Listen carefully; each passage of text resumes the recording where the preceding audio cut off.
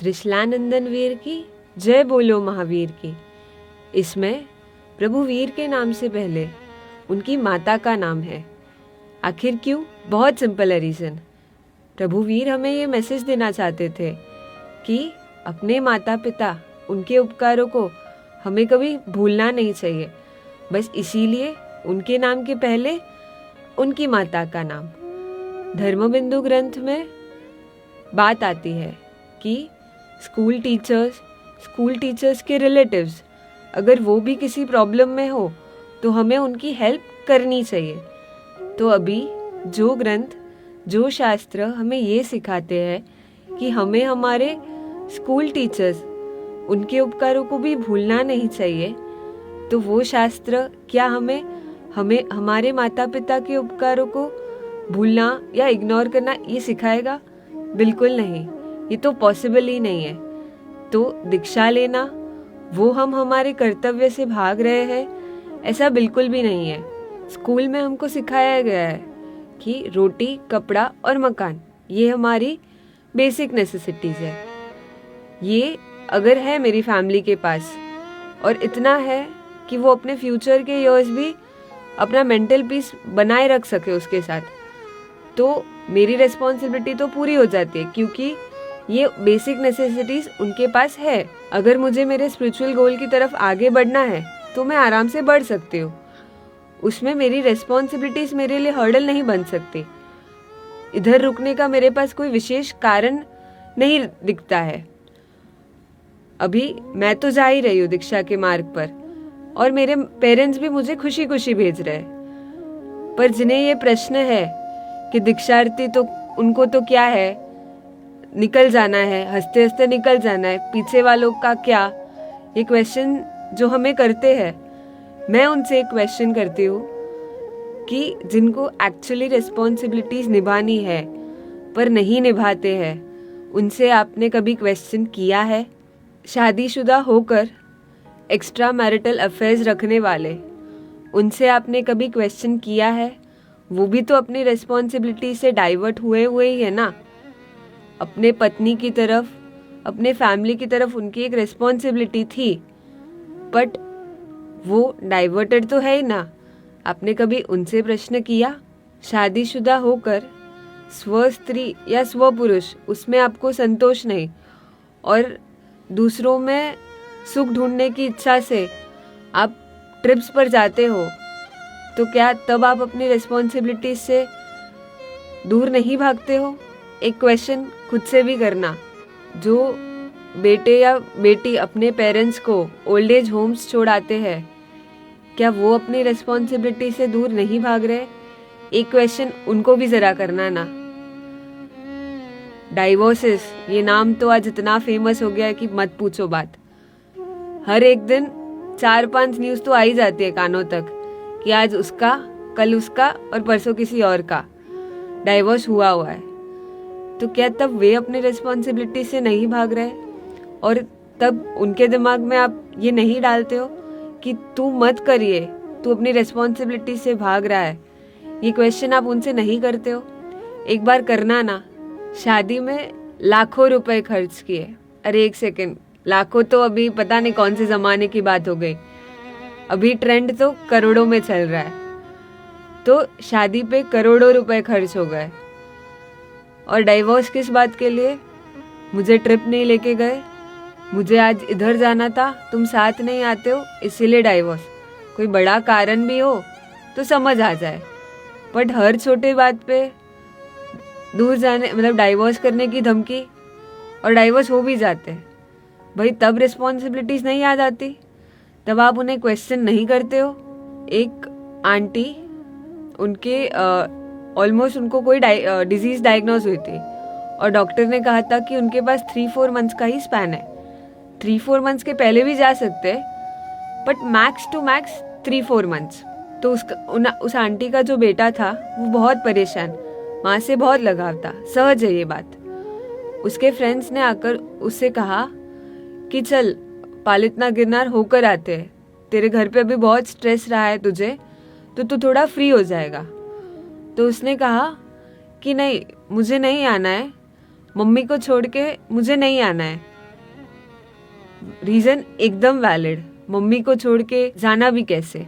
कुछ दिनों बाद उसके कुछ दूसरे फ्रेंड्स ने कहा कि बॉम्बे में एक इंटरनेशनल सिंगर का कॉन्सर्ट है, हम वहाँ चलते हैं। और उसने तुरंत हाँ कहा। अपने शौक मौज के लिए मम्मी को पीछे ऐसे ही छोड़ जाना, तब रिस्पॉन्सिबिलिटीज ये बात नहीं दिखाई देती। वो बहुत आसानी से कॉन्सर्ट अटेंड करने चला भी गया। तब याद नहीं आया था कि पीछे मम्मी की रिस्पॉन्सिबिलिटीज है। पर प्रश्न तो हम पर ही उठते हैं ना। हमारे पेरेंट्स हमें दीक्षा देकर बहुत खुश है, पर शायद समाज खुशियाँ बर्दाश्त नहीं कर पाता। एक्टर्स एंड एक्ट्रेसेस जिन्हें हम ब्लाइंडली फॉलो करते हैं, उनके ऊपर भी एक रिस्पॉन्सिबिलिटीज तो है। उन्हें भी पता है वो बहुत सारे लोगों को इन्फ्लुएंस करते हैं, तो वो गलत चीज़ों का एडवर्टाइजमेंट ना करें। पर कितनी ही गलत चीज़ों का एडवर्टाइजमेंट उनके थ्रू हो जाता है। उनको कोई क्वेश्चन क्यों नहीं उठाता कि आप इतने बड़े इन्फ्लुएंसर हो सोसाइटी के लिए, तो आपको ये नहीं करना चाहिए। उन्होंने जो एडवर्टाइजमेंट कर दी उसको तो हम ब्लाइंडली फॉलो करते हैं, बस उन्होंने की तो मुझे करना है। एक प्रश्न भी नहीं उठता है। मुझे एक और घटना याद आती है। एक सीए भाई मेरे परिचित में, उनकी शादी हुई, लव मैरिज थी। उनकी वाइफ ने कहा उनसे कि मैं मेरे पेरेंट्स को छोड़ के आपके पास आई हूँ, तो आप भी अपने पेरेंट्स को छोड़ दो। मतलब हंसने वाली बात है। आप छोड़ के आए हो इसीलिए मैं छोड़ दूं? भाई कहाँ समझदारी की बात है इसमें। और वो लड़का भी जबरदस्त छोड़ दिया। मतलब किया क्या, मतलब आगे पीछे कुछ सोचा नहीं। मम्मी पापा का ध्यान कौन रखेगा, कुछ सोचा नहीं। बस एक इतना लेम रीजन दे दिया कि मैं छोड़ के आई हूँ इसीलिए तू भी छोड़ दे, और उन्होंने छोड़ भी दिया। ऐसे रीजंस पर जब फैमिलीज अलग होती है तब आप उनसे प्रश्न करने नहीं जाते हो कि भाई किस रीजन पे आप अलग हो रहे हो। तब आप उनके ऊपर रिस्पॉन्सिबिलिटीज का स्टैंप नहीं लगाते हो। एक बार लगाना ना। मैं जब गुरुकुलवास में थी तो जो साध्वी जी भगवंत वहाँ थे, वो हम जो जितनी भी लड़कियाँ थी 4-5, हम में से जब भी कोई तपस्या करता, 15 एम्बिल 20 एम्बिल ऐसे कोई भी तपस्या हम करते, तो उनके नेचर में वो इतना सहज था कि वो सामने से हमें आकर पूछते। वो उनकी ड्यूटीज में नहीं आता है कि वो हमें आकर सामने से पूछे कि आपको तप की शाता है, फिर भी हमें शाता पूछने वो आते हैं। जहाँ से मुझे ऐसी सीख मिलती है कि एक छोटे से भी जीव का, जो खुद से छोटा है, उस जीव का भी आपको ध्यान रखना है। वहाँ से मैं किसी और को, यानी मेरे अति उपकारी ऐसे माता पिता को दुख देना वो कैसे सीख सकती हूँ? ये हो ही नहीं सकता। अब मैं एक्चुअली आपको बताती हूँ कि हमारी रिस्पॉन्सिबिलिटी क्या है। रोटी कपड़ा मकान मिलने के बाद भी इस दुनिया में बहुत सारे लोग ऐसे हैं जो दुखी है। मेंटल पीस प्रोवाइड करना वो हमारी ड्यूटी बनती है, और दीक्षा लेने के बाद तो वो हम और भी आसानी से कर सकते हैं। हमने खुद बहुत सारे शास्त्रों की पढ़ाई की हुई होगी, तो हमारे पास हमारे खुद के मन की समाधि के लिए भी शास्त्र हाथ में रहेंगे। खुद जाना हुआ हम किसी और को समझा सकते हैं। तो जब वो अपना दुख लेकर हमारे पास आएंगे तो सहज है हम उन्हें शास्त्र में से ऐसी बातें सिखाएंगे कि उनकी मन की समाधि फिक्स दूर होगी। साधनों से कोई सुखी रहा हो वो प्रश्न है, और शास्त्र समझने और जानने के बाद कोई दुखी रहा हो वो भी एक प्रश्न है। हम वहाँ रहकर उनके मन की समाधि का पूरा ध्यान रखेंगे। ऐसे बहुत सारे महात्मा हैं जो अपने माता पिता को दीक्षा के बाद जब भी उनको जरूरत रही है मन की समाधि दी ही है, तो मैं भी वो ही करूँगी ना। अगर मेरे मम्मी पापा को उसकी ज़रूरत रही तो फिक्स मैं उनको वो दूंगी। तो मैं अपनी ड्यूटीज तो परफेक्टली निभा रही हूँ। शायद ही आज ऐसे कोई पेरेंट्स होंगे जो दीक्षा देकर रिग्रेट कर रहे हैं कि भाई मैंने क्यों दी अपने संतानों को दीक्षा, मेरा ध्यान रखने वाला कौन? ऐसे शायद ही कोई पेरेंट्स होंगे जो इस सोच के साथ रिग्रेट कर रहे हैं। एक ऐसे परिवार से मिलना हुआ था, उनके 4 बेटे, उसमें से 3 ने दीक्षा ले ली और एक बेटे की शादी करवाई गई क्योंकि उनको भाव नहीं आए। माता पिता उस चौथे संतान को भी दीक्षा देने के लिए रेडी थे, पर उनको भाव नहीं आए, इसीलिए उनकी शादी करवाई। अब शादी के बाद बहू ऐसी आई कि 6 मंथ्स में ही आंटी और अंकल को ये डिसाइड करना पड़ा कि बेटे तू जा, तू अलग रह ले, तू खुश रहेगा, हम भी खुश रहेंगे, अलग रहेंगे तो खुश रहेंगे।